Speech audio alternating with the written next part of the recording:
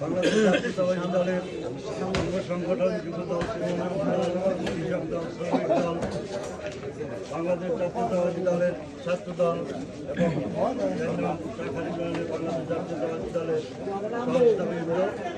আসসালামু আলাইকুম। ওয়ালাইকুম আসসালাম। বিষয়টা হচ্ছে, আপনারা জানেন এই ফ্যাসিস্ট সরকার পার্শ্ববর্তী রাষ্ট্রে বসে কড়া নাড়তেছে এবং কড়া নাড়ার সুযোগে আমাদের এখনও প্রত্যেকটা ওয়ার্ডে, প্রত্যেকটা ইউনিয়নে, প্রত্যেকটা থানায় কিছু সংখ্যক ফ্যাসিস্ট সরকারের কিছু লোক দোষর তারা এখনও কড়া নাড়তেছে।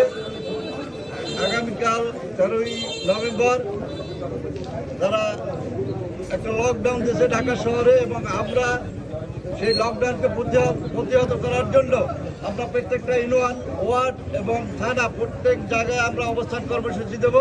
সেই অবস্থান কর্মসূচিতে আপনারা সবাই সক্রিয়ভাবে উপস্থিত থাকবেন ইনশাআল্লাহ।